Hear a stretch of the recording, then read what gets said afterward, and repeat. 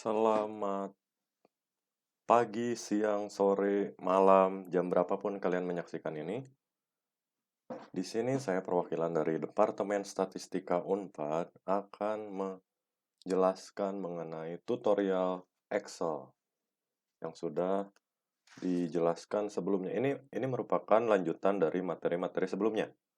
Saat ini kita akan membahas AutoSum atau fungsi-fungsi auto yang akan ada di sebelah sini, fungsi auto jumlah, auto rata-rata, auto menghitung, dan lain-lain.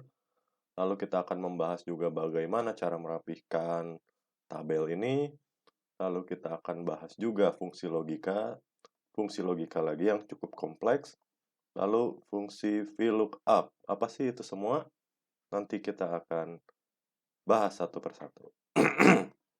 Baiklah, di sini untuk materi awal kita akan membahas mengenai fungsi AutoSum. Nah, di sini contohnya adalah penjualan dari barang PT Angin Ribut di tahun 2019. Kita akan mencoba merekap itu semua. Kita ingin mengetahui total penjualan tiap barang dan total penjualan tiap bulan. Tentu, kalian sudah mempelajari di tutorial sebelumnya bahwa cara menjumlahkan adalah memakai sama dengan sum.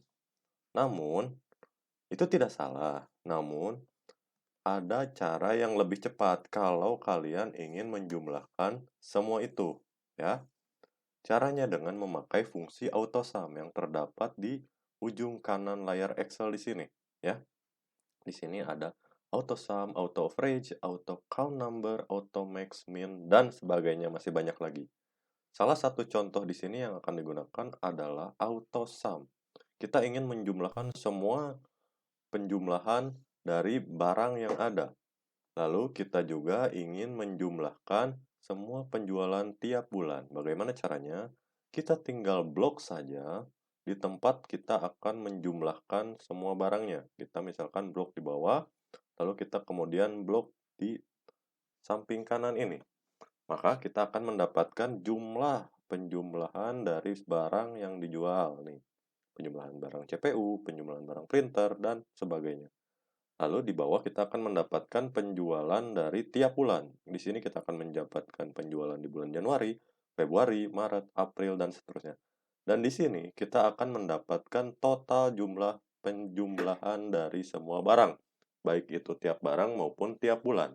Gimana caranya? Tinggal kalian tekan satu tombol ini. Lalu kita klik sum di sini. Oke? Dan tara, hasilnya setelah ada semua di sini. 110 ini dari mana? Lihat, dari sini kan sum. Dia menjumlahkan semua CPU yang terjual di bulan Januari, Februari, Maret, April. Nah, kalau yang di sini, dia menjumlahkan seluruh penjumlahan tiap bulan untuk CPU, printer, flash disk, dan hard disk. Seperti itu kira-kira AutoSum. Sama seperti sum yang biasa, cuma ini lebih otomatis lagi karena semua dijumlahkan secara sekaligus, ya. Sama pulanya dengan rata-rata dan fungsi-fungsi lainnya. Tinggal fungsi apa saja yang kalian mau, caranya tetap sama, oke? Lalu selanjutnya kita akan membahas bagaimana cara membuat border atau tabel, garis-garis di dalam tabel. Misalkan gini, kalau kita mau memberi laporan, tentu kalau tampilannya hanya seperti ini, tidak akan menarik. Makanya kita harus rapihkan tabel ini dengan cara memberi border atau memberi garis.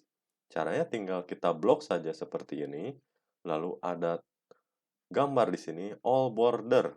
Nah, kita tinggal klik di sini dan tara semuanya jadi ada garisnya ya. Kalau mau ditambahin warna juga gampang, misalkan untuk ini kan kurang bagus ya, kurang bagus untuk sorry ini ada kesalahan. Nah, ini misalkan di sini barangnya dari sini ya, itu bukan barang nih, itu bulan 2, 3, 4. Ada 4 di sini bukan nomor. Nah, kita kan bisa menjelaskan ini sambil merapihkan. Totalnya kita rapihkan. Lalu di sini kan untuk nomor 1 ya. Nomor 1 ini penjualan barang. Nah, sekarang kita rapihkan, kita atur totalnya semua ada di tengah. Nah, seperti ini. Misalkan untuk judulnya kita beri warna yang berbeda. Tinggal beri warna berbeda di sini. Kalian tinggal milih warnanya, misalnya warna biru. Nah, untuk bawahnya kita misalkan beri warna di sini adalah warnanya adalah biru juga, ini karena misalkan sama, ini ada nomor. Kalau ini nama barang, misalkan kita pengennya warna orange, dan ini misalkan angka-angkanya kita pengen warna kuning, kuning. Lalu untuk totalnya kita kasih beri warna orange lagi, misalkan seperti itu. Nah, seperti itu. Ini akan sama saja ya. Nah, ini misalkan kita rapihkan dulu. Rapi. Ini juga dirapikan ya. Nah, seperti itulah kira-kira bagaimana cara memberi warna di tabel.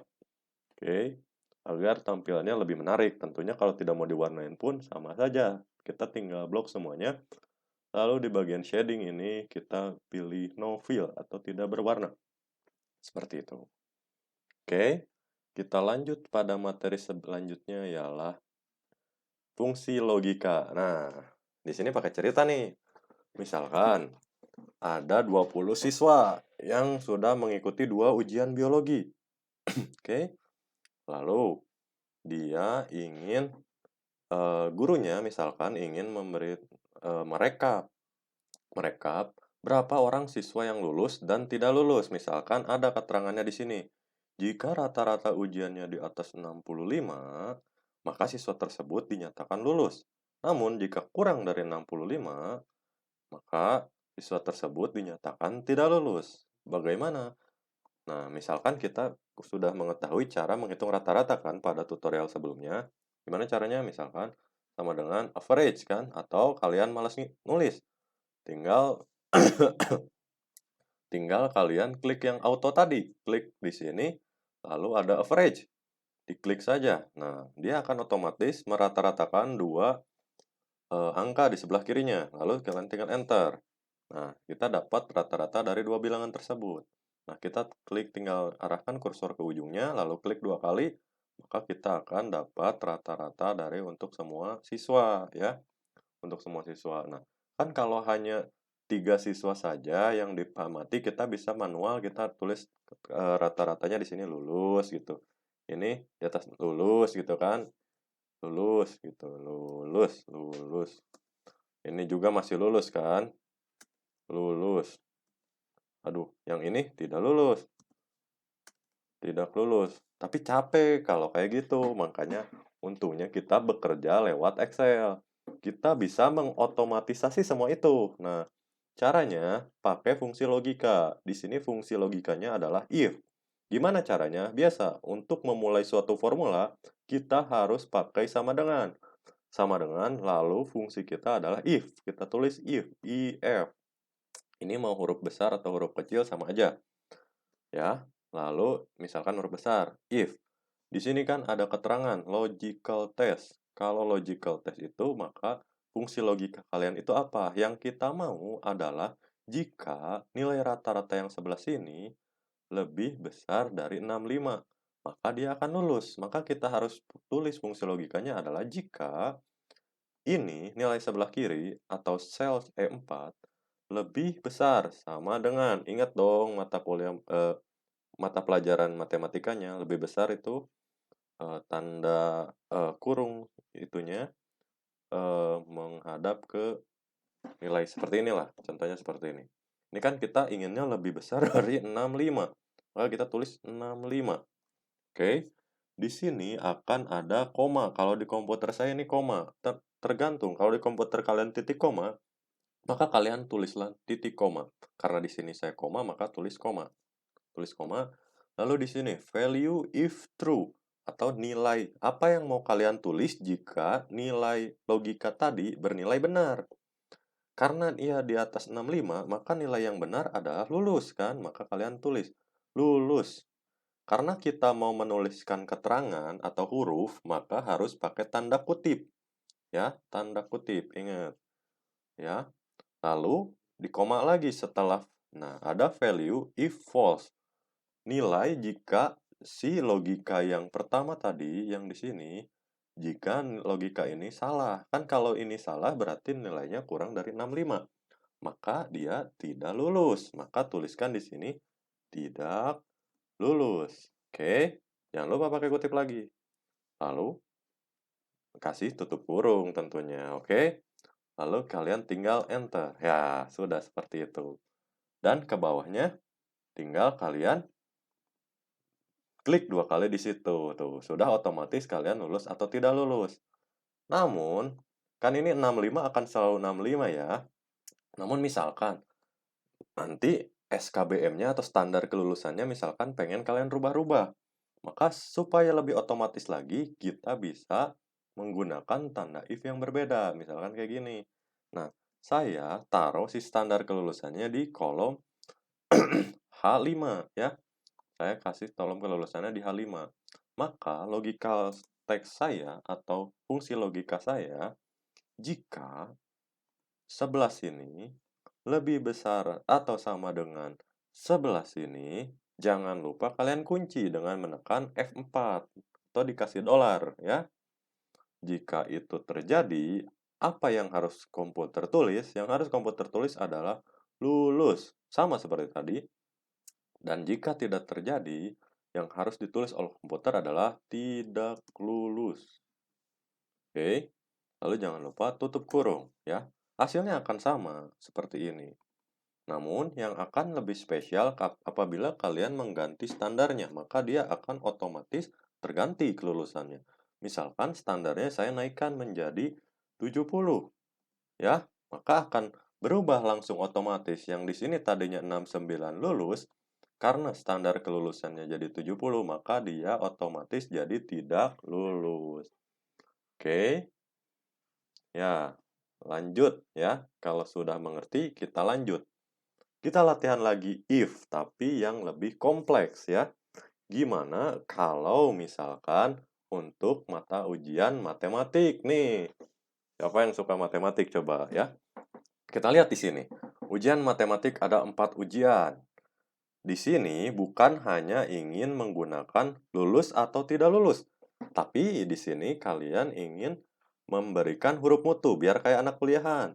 Huruf mutunya kalau nilai rata-ratanya di atas 80 atau sama dengan 80, maka kalian akan dikasih nilai A.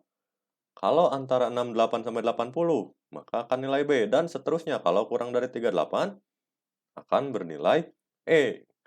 Kan kalau misalkan kayak gini, kalian biasa hitung lu rata-ratanya dengan cara auto average, ya. Set, dapat. Seperti biasa, kalau cuma 3 orang sih kalian bisa menghitungnya secara manual. Oh, ini 37 berarti masuknya kemana? Oh, ini pasti nilainya E. Ini 85, oh pasti nilainya A. Ini 59. 59 itu di antara 50 68, oh pasti ini C. Ini gampang kan? Ini E, ini A, ini C. Tapi kalau nilainya udah 4, 5, 10, 20, atau bahkan 50 siswa, pasti kalian males. Untungnya kita pakai Excel. Ingat, kita pakai fungsi logika lagi, cuma sekarang lebih kompleks. Perhatikan baik-baik. Fungsi logikanya sekarang akan bertingkat. Di sini ada berapa logika? Ini ada 1 logika. Tentu mirip kayak tadi. Jika nilai ini lebih dari 80, maka di sini harus tulis A. Jika lalu di sini ada lagi, jika di atas 68 dan 80, maka nilai B dan seterusnya. Bagaimana cara mempraktekannya? Kita coba perhatikan. Pelan-pelan ya. Nah, seperti biasa, sama dengan if, ya. Buka kurung. Logical test-nya.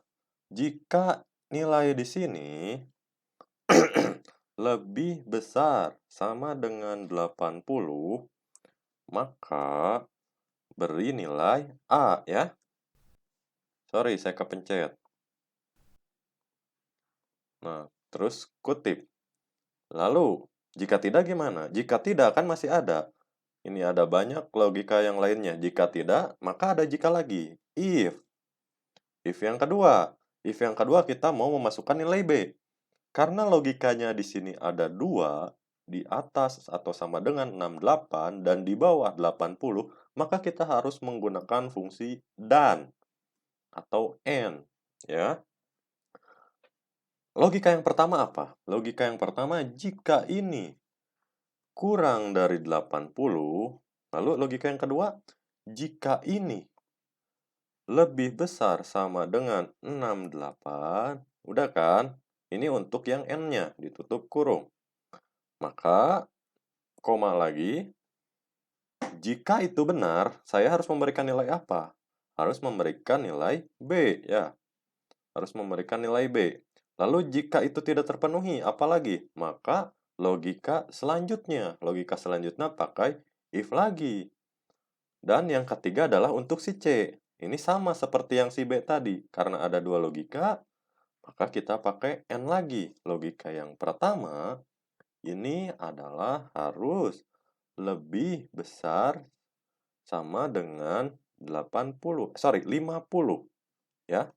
Dan dia harus, si ini juga harus kurang dari 68, ya. Kurang dari 68. Urutannya bebas, mau ini dulu, sama aja kalau di N ya. Lalu, apa yang harus kita lakukan jika itu terpenuhi? Maka kita kasih huruf mutu C. Nah, sudah ya. Lalu, apa lagi? Nah, ada logika yang untuk yang D. Yang D adalah sama seperti yang B dan C. Jika, ini kan ada dua juga logikanya. Ini kurang dari 50 dan dia lebih besar, si ini lagi, lebih besar sama dengan 38, maka, tutup kurung dulu ya, tutup kurung, maka dia akan diberi nilai D. Oke? Nah, dan yang terakhir ini, kalau semua logika tersebut tidak terpenuhi, dia tentunya nilainya adalah E. Oke, sekarang tinggal tutup kurung. Semua buka kurung harus memiliki pasangan tutup kurung ya. 1, 2, 3, 4. Oke, lalu enter ya. Karena kita sudah mengotomatisasi ini, maka tinggal tarik ujungnya, klik 2 kali. Klik 2 kali, nanti sampai ke bawah tuh. Dia otomatis nilainya A, B, C, D, E, A, B, C, D, E. Ya, seperti itu. Oke, gampang kan? Kalau gampang, kita lanjut ke materi selanjutnya. Materi selanjutnya adalah VLOOKUP. Apa sih VLOOKUP? Kita lihat nih. Nah, di sini kita akan nah, di sini ada kode mobil. Jenis mobilnya apa? Tarif per harinya berapa? Misalkan ada daftar penyewa mobil yang tadi. Si petugas administrasi hanya mencatat kodenya, karena kalau mencatat jenis mobil dan tarifnya, mungkin takutnya ada kesalahan atau memakan waktu. Makanya yang akan diberikan adalah kodenya. Nah, di sini kita harus menentukan rekap total penyewaan penerimaan sewa mobil di tahun Januari 2020. Gimana sewanya? Tentu kita harus tahu dia tuh nyewa apa, berapa tarifnya. Nanti dikalikan lama sewanya. Ya. Di sini misalkan si Anton menyewa mobil M104 selama 2 hari. 104 berarti Toyota.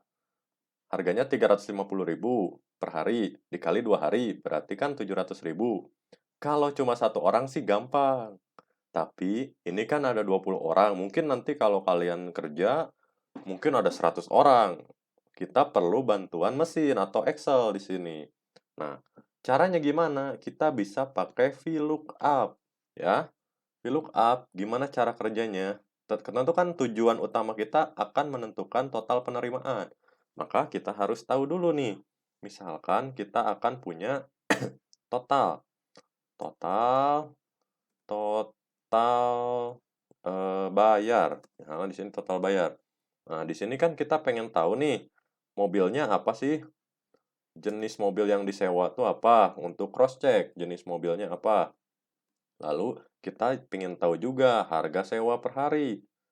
Per hari. Nah, kita biasa rapihkan dengan mengklik ujung ini. Seperti di materi sebelumnya sudah diajarkan. Oke. Gimana cara mengetahui jenis mobil kalau kita punya kode mobilnya ini? Pakainya VLOOKUP. Gimana caranya? Tentu gampang. Tinggal sama dengan dulu. Kan namanya formula harus selalu pakai sama dengan. Sama dengan VLOOKUP. VLU tuh. Udah ada keterangannya di sini ya. Kalian bisa klik 2 kali atau pencet tab. Nah, VLOOKUP. Oke. Apa yang mau di-lookup? Lookup itu kan kalian mau melihat. Apa yang mau dilihat? Mau dilihatnya adalah si kode mobil yang di sini, ya. Di mana mau dilihatnya? Koma nih. Dilihatnya adalah di sini. Dilihat di sini, kita blok semua. Agar kita bisa menarik ke bawah, mengotomatis semua ini, maka si tabel tadi harus dikunci atau kita klik F4, ya. Setelah klik F4, baru koma lagi. Sekarang diminta kolom indeks. Di sini kan yang diminta adalah jenis mobilnya ya. Jenis mobil di sini ada di kolom kedua nih, di sini. Di tabel ini kita perhatikan ada di kolom kedua. Ini kolom pertama, mau kode mobil, ini jenis mobil. Maka kita di sini tuliskan kolom kedua. Oke? Lalu kita tutup kurung. Ya, tuh. Karena ini akan otomatis. Lalu kita bisa klik ke bawah. Nih, kita cek. Misalkan M103 dia Suzuki. Tuh, benar. M103 dia Suzuki. Ya. Lalu, tentu dengan cara yang sama, VLOOKUP juga kita bisa menentukan harga per hari yang di sini. Bedanya apa coba? Kalau tadi kolomnya yang diambil adalah kolom 2, nanti diambil kolom 3. Coba kita ulangi ya. Sama dengan VLOOKUP. Ya, VLOOKUP. Yang mau dilihat adalah di sini. Lalu, yang tabelnya ada di sini. Ya. Jangan lupa dikunci agar nggak geser-geser. Oke. Lalu, kolom yang mau dilihat adalah kolom keberapa? Karena ini harga per hari, maka kolom yang ini kan. Ini kolom berapa? 1, 2, 3. Maka lihat ke 3. Tinggal tutup kurung. Oke, di enter. Tuh, udah dapat. Lalu kita tinggal klik 2 kali dapat semua harganya ya. Total bayarnya gimana? Ya tentu gampang, tinggal sama dengan berapa banyak hari dikalikan berapa total per hari. Sama dengan sebegitu. Lalu tinggal klik 2 kali di sini, maka kalian dapat.